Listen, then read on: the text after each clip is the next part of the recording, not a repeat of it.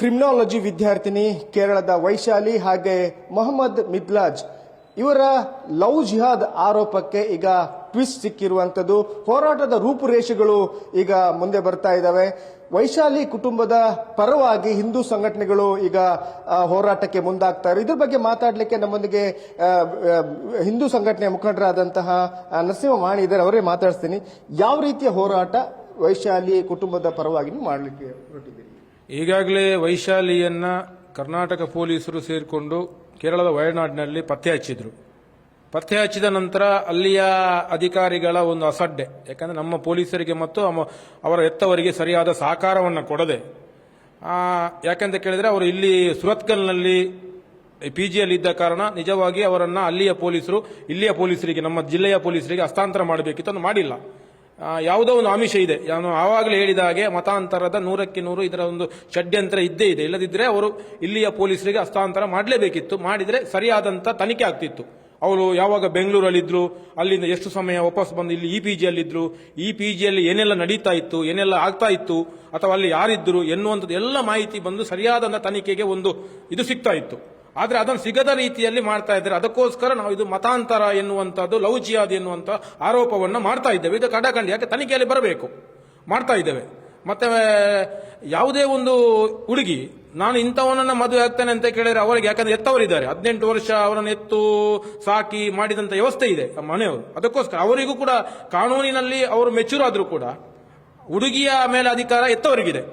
ಆ ಸಂದರ್ಭದಿಂದ ಈ ಎತ್ತವರಿಗೆ ನ್ಯಾಯವನ್ನು ಒದಗಿಸಬೇಕು, ಆ ಹೆಣ್ಣು ಮಗುವನ್ನ ವಾಪಸ್ ಈ ಎತ್ತವರ ಕೈಗೆ ಮುಟ್ಟಿಸಬೇಕು ಎಂಬ ಪ್ರಯತ್ನವನ್ನ ನಾವು ಹಿಂದೂ ಸಂಘಟನೆ ಮತ್ತು ಜಾಗೃತ ಹಿಂದೂ ಸಮಾಜ ಸತಾಯಗತ ಯಾವ ಪ್ರಯತ್ನವನ್ನಾದರೂ ಮಾಡ್ತೇವೆ. ಯಾಕಂದ್ರೆ ಕೇರಳದ ಪರಿಸ್ಥಿತಿ ಗೊತ್ತಿದೆ ನಿಮಗೆ. ಅಲ್ಲಿ ಕೇವಲ ಹಿಂದೂಗಳಿಗೆ ಮಾತ್ರ ಅಲ್ಲ, ಕ್ರಿಶ್ಚಿಯನ್ರಿಗೂ ಮಾರಕ ಇದೆ. ಅಲ್ಲಿ ಕ್ರಿಶ್ಚಿಯನ್ರ ಮತಾಂತರ ನಡೀತಾ ಇದೆ. ಹಿಂದೂಗಳನ್ನ ಅಲ್ಲಿ ಏನೆಲ್ಲ ಅನಾಚಾರ ಮಾಡಿಸ್ತಾ ಇದ್ದಾರೆ ಅಂತ ಗೊತ್ತಿದೆ. ಆದ್ರಿಂದ ಕರ್ನಾಟಕದಲ್ಲಿ ಆದ್ರೆ ಈಗ ಹುಡುಗಿಯ ವ್ಯವಸ್ಥೆ ಇರುವಂತದ್ದು ಕೇರಳದ ವಯನಾಡಿನಲ್ಲಿ ಕೇರಳದ ಸರ್ಕಾರ ಇದೆ. ನಾವು ಒಂದು ಕಾನೂನಾತ್ಮಕವಾಗಿ ಇಲ್ಲಿಯ ಅಧಿಕಾರಿಗಳ ಮುಖಾಂತರ ಇರಬಹುದು. ಅದ ನಂತರ ನಾವು ಸಂಘಟನೆಯಾಗಿ ಏನು ಮಾಡಬೇಕು, ಯಾವ ಹೋರಾಟವನ್ನು ಮಾಡಬೇಕು ಮತ್ತು ಆ ಮನೆಯವರಿಗೆ ಯಾವ ರೀತಿ ನ್ಯಾಯವನ್ನು ಒದಗಿಸಿಕೊಡಬೇಕು ಅಂತ ನಾವು ಮುಂದೆ ಖಂಡಿತವಾಗಿ ಅದನ್ನು ಮುಂದುವರಿಸ್ತೇವೆ. ಈಗ ಈ ಪ್ರಕರಣ ಇಲ್ಲಿ ಕರ್ನಾಟಕದಲ್ಲಿ, ಅದರಲ್ಲೂ ಮಂಗಳೂರಿನ ಸುರತ್ಕಲ್ ಠಾಣೆಯಲ್ಲಿ ಆಗಿರ್ಬೋದು, ಪ್ರಕರಣ ದಾಖಲಾಗಿರ್ಬೋದು. ಆದರೆ ಈ ಇಡೀ ಘಟನೆ ಮತ್ತೆ ಇಡೀ ಈ ವೃತ್ತಾಂತ ನಡೀತಾ ಇರುವಂತದ್ದು ಕೇರಳದಲ್ಲಿ. ಹುಡುಗಿ ಕೂಡ ಕೇರಳದವಳೆ, ಹಾಗೇನೆ ಆ ಹುಡುಗ ಕೂಡ ಕೇರಳದವನೇ. ಇಡೀ ಅಲ್ಲಿ ಕೇರಳದಲ್ಲಿ ಈ ನಿಮ್ಮ ಹೋರಾಟ ಎಷ್ಟು ಸಾಧ್ಯ ಆಗ್ಬೋದಲ್ಲಿ? ಕೇರಳದ ಹಿಂದೂ ಪರ ಸಂಘಟನೆಗಳು ಕೇರಳದಲ್ಲಿ ಇದೆ, ಅವರ ಸಹಕಾರ ಇದೆ. ಅಲ್ಲಿ ಈಗ ಪ್ರಯತ್ನವನ್ನು ಅವರು ಮಾಡ್ತಾ ಇದ್ದಾರೆ. ಈಗ ಬೇರೆ ಬೇರೆ ಸಂದರ್ಭದಲ್ಲಿ ಬೇರೆ ಬೇರೆ ಇಂಥದೇ ಲವ್ ಜಿಹಾದ್ ಕೇಸ್ಗಳಾಗಿದೆ. ಕೆಲವೊಂದು ಕೇಸುಗಳಲ್ಲಿ ನಾವು ಯಶಸ್ವಿಯನ್ನು ಕಂಡಿದ್ದೇವೆ. ಅದಕ್ಕೋಸ್ಕರ ನಮ್ಮ ಇರುವಂತದ್ದು ಎಂದು ಕೇಳಿದ್ರೆ, ಯಾವುದೇ ಒಂದು ಹುಡುಗಿ ಅನ್ಯಮತಿಯನ ಜೊತೆಗೆ ಹೋಗಿ ಹಿಂದೂ ಸಮಾಜವನ್ನು ಬಿಟ್ಟು ಏನೋ ಹೋಗಿ ರೋಡಲ್ಲಿ ಏನವಾಗಿ ಬಿಡ್ಲಿಕ್ಕೆ ನಾವು ಬಿಡಬಾರದು ಎನ್ನುವ ದೃಷ್ಟಿಯಲ್ಲಿ ನಾವು ಈ ಹೋರಾಟವನ್ನು ಮಾಡ್ತಾ ಇದ್ದೇವೆ. ಆದ್ರೆ ಈ ಒಂದು ಏನು ಲವ್ ಜಿಹಾದ್ ಆರೋಪ ಏನು ಮಾಡ್ತಾ ಇದ್ದೀರಿ, ಇದರಲ್ಲಿ ಒಂದ್ ಕಡೆಯಲ್ಲಿ ನೀವು ಡ್ರಗ್ಸ್ ಮಾಫಿಯಾದ ಆರೋಪ ಕೂಡ ಮಾಡಿದ್ರಿ. ಯಾಕೆ ಆ ಡ್ರಗ್ಸ್ ಮಾಫಿಯಾದ ಈ ಇಷ್ಟರ ತನಕ ಬಂದಂತಹ ಲವ್ ಜಿಹಾದ್ ಕೇಸಿನಲ್ಲಿ 100ಕ್ಕೆ 100 ಡ್ರಗ್ಸಿನ ವ್ಯವಸ್ಥೆಗಳಿತ್ತು. ಸುರತ್ಕಲ್ಲಿನಲ್ಲಿ ಕೂಡ ಕೇಳಿ ಬರ್ತಾ ಇದೆ, ತನಿಖೆಯಲ್ಲಿ ಸಾಬೀತಾಗಬೇಕು. ಆ ಪಿಜಿಯ ವ್ಯವಸ್ಥೆಯಲ್ಲಿ ಅಲ್ಲಿ ಏನಿತ್ತು, ಇವ ಏನ್ ಮಾಡಿದ, ಅಲ್ಲಿ ಡ್ರಗ್ಸಿನ ದಂಧೆ, ಮತ್ತೆ ಸುರತ್ಕಲ್ಲಿನ ವ್ಯಾಪ್ತಿಯಲ್ಲಿ ಡ್ರಗ್ಸ್ ದಂಧೆ ವ್ಯವಸ್ಥಿತವಾಗಿ ನಡೀತಾ ಇದೆ. ಮತ್ತೊಂದು ನಾವು ಯಾಕೆಂತ ಕೇಳಿದ್ರೆ, ಇದು ಕೇರಳದ ವಯನಾಡು.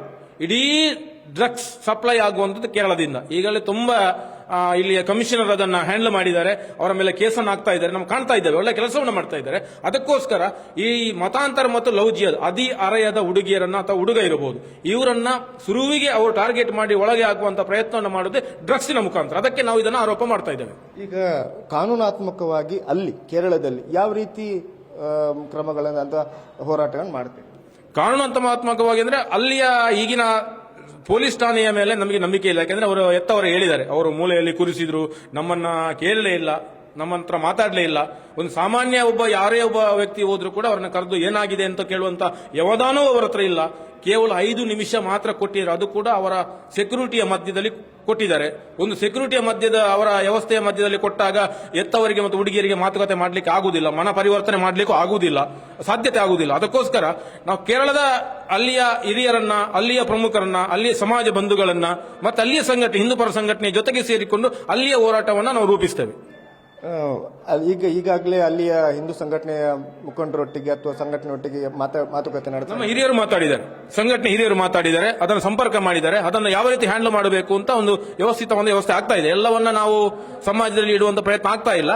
ಮುಂದೆ ಅದನ್ನ ಆ ವ್ಯವಸ್ಥೆ ಸರಿಯಾದ ರೀತಿಯಲ್ಲಿ ಭೇದಿಸಿದ ನಂತರ ನಾವು ಮಾಧ್ಯಮದ ಮುಂದೆ ಅದನ್ನ ಪ್ರಕಟಪಡಿಸ್ತೇವೆ. ಅಲ್ಲ, ಈಗಾಗಲೇ ಅವರ ಕುಟುಂಬದವರು, ವೈಶಾಲಿ ಕುಟುಂಬದವರು ಹೋಗಿ ಮಾತಾಡಿದ್ದಾರೆ. ಆದ್ರೆ 5 ನಿಮಿಷ ಕೊಟ್ಟಿರು ಅಂತ ಹೇಳಿ, ನೀವು ಹಿಂದೂ ಸಂಘಟನೆಯವರು ಹೋಗಿಕೊಂಡು ಏನಾದ್ರೂ ಅಲ್ಲಿ ಮಾತುಕತೆ ನಡೆಸ್ತೀರಾ ಅವರೊಟ್ಟಿಗೆ? ಯಾರ ಹುಡುಗಿಯ ಈಗ ಏನು ನೋಡಿ, ನೀವು ಈ ಬಾರಿ ಒಳ್ಳೆ ಪ್ರಶ್ನೆ ಕೇಳಿದ್ರಿ. ಎತ್ತವರ ಜೊತೆಗೆ ತನ್ನ ಮಗಳನ್ನ ಮಾತಾಡಲಿಕ್ಕೆ 5 ನಿಮಿಷ ಅವಕಾಶವನ್ನು ಕೊಟ್ಟಿದ್ದಾರೆ. ಆದರೂ ಕೂಡ ಅವರ ಸೆಕ್ಯೂರಿಟಿಯ ಮಧ್ಯೆ ಪೊಲೀಸರು ಮತ್ತು STPಯ ಮುಖಂಡರ ಜೊತೆಗೆ ಸೇರಿಕೊಂಡು ಮಾತಾಡಿದ್ದಾರೆ. ಆ ರೀತಿ ಇರುವಾಗ ನಮ್ಮ ಕೈಗೆ ಪೊಲೀಸ್ ಇಲಾಖೆ ಕೊಡಬಹುದಾ, ಒಂದು ಕೇರಳದ ಪೊಲೀಸರು ಕೊಡಬಹುದಾ ಮಾತಾಡಲಿಕ್ಕೆ ಅಂತ ಒಂದು ಪ್ರಶ್ನೆ. ಅನಿವಾರ್ಯತೆ ಬಂದ್ರೆ ಯಾವುದಾದ್ರೂ ಒಂದು ರೀತಿಯಲ್ಲಿ ನಾವು ಮಾತಾಡಿ ಆ ಪ್ರಯತ್ನವನ್ನು ಮಾಡ್ತೇವೆ. ಅವರ ಮನೆ ಪರಿವರ್ತನೆ, ಯಾಕಂದ್ರೆ ಈಗಾಗಲೇ ಅಪ್ಲಿಕೇಶನ್ ಹಾಕಿರುವಂತದ್ದು ಯಾವುದಕ್ಕೆ, ರಿಜಿಸ್ಟರ್ ಮ್ಯಾರೇಜ್ಗೆ. ಮ್ಯಾರೇಜ್ ಆಗಲಿಲ್ಲ, ಮದುವೆ ಆಗಿಲ್ಲ. ಮತ್ತೆ ಏನಾದರೂ ಅವರನ್ನ ಮನೆ ಪರಿವರ್ತನೆ ಮಾಡಿ ಕರ್ಕೊಂಡು ಬರುವಂತ ಪ್ರಯತ್ನ ಮಾಡ್ತೀರಾ? ನೋಡಿ, 100ಕ್ಕೆ 100 ಇದು ಸತ್ಯ. ಯಾಕೆಂತ ಕೇಳಿದ್ರೆ, ಯಾವುದೇ ಒಂದು ಹುಡುಗಿ ತನ್ನ ಆ ಒಂದು ಏಜಿನಲ್ಲಿ ಯಾವುದೋ ಆಮಿಷಕ್ಕೆ ಒಳಗಾಗುವುದು ಆಗ್ತಾರೆ. ಯಾಕಂದ್ರೆ ಅವಳ ಒಂದು ಕಪಟದ ಮಾತಿರ್ತದೆ, ನಂಬಿಸುವಂತದ್ದು. ಅದಕ್ಕೋಸ್ಕರ ಆ ಹುಡುಗಿ 100ಕ್ಕೆ 100 ಅವರ ಮನ ಪರಿವರ್ತನೆಯನ್ನ ಈಗ ಮಾತುಕತೆ ಯಾರೋ ಹಿರಿಯರು ಅಥವಾ ನಮ್ಮ ಕಡೆಯಿಂದ ಯಾರು ಮಾಡಿದ್ರೆ 100ಕ್ಕೆ 100 ಆ ಹುಡುಗಿ ಮನ ಪರಿವರ್ತನೆಯಾಗಿ ವಾಪಸ್ ಬರುವಂತಲ್ಲ ಇದು ಸಾಧ್ಯತೆಗಳು 100ಕ್ಕೆ 100 ಇದೆ. ಧನ್ಯವಾದ. ಇದಿಷ್ಟು ಹಿಂದೂ ಜಾಗರಣ ವೇದಿಕೆಯ ಮುಖಂಡರಾದಂತಹ ನರಸಿಂಹ ಮಾಣಿಯವರ ಮಾತು. ಕ್ಯಾಮರಾಮನ್ ಪ್ರಶಾಂತ್ ಅವರೊಂದಿಗೆ ಕಿರಣ್ ಸಿರ್ಸಿಕಾ, ನ್ಯೂಸ್ ಫಸ್ಟ್, ಮಂಗಳೂರು.